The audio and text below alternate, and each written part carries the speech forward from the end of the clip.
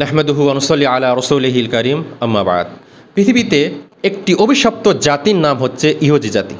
ষড়যন্ত্র, বেঈমানি, গাদ্দারি, আসমানি কিতাবের বিকৃতি, অহংকার, অর্থলোভ এবং নবীদের শানে চরম বেদবি তাদেরকে অভিশপ্ত জাতিতে পরিণত করেছে। তারা এখন আমাদের ফিলিস্তিনি ভাইদের উপর গণহত্যা চালাচ্ছে। ফিলিস্তিন আমাদের, জেরুজালেম আমাদের, মসজিদুল আকসা আমাদের। ফিলিস্তিনি ভাইদের জন্য শুধুমাত্র দোয়া করলেই আমাদের দায়িত্ব শেষ হয়ে যায় না। এখন সময় আমাদের জিহাদে ঝাঁপিয়ে পড়া, না হলে কিয়ামতের মাঠে আমরা অপরাধী হিসেবে সাব্যস্ত হব।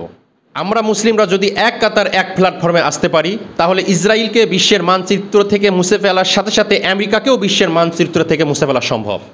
কারণ ইসরায়েলকে সব রকমের সাহায্য সহযোগিতা করতেছে আমেরিকা। তারা মুসলিমদের ইতিহাস ভুলে গেছে। এক ওমরের হুঙ্কারে গোটা ময়দান ফাঁকা হয়ে যেত। আমরা ফিলিস্তিন থেকে প্রায় 5,500 কিলোমিটার দূরে, এজন্য আমরা জিহাদে অংশগ্রহণ করতে পারতেছি না।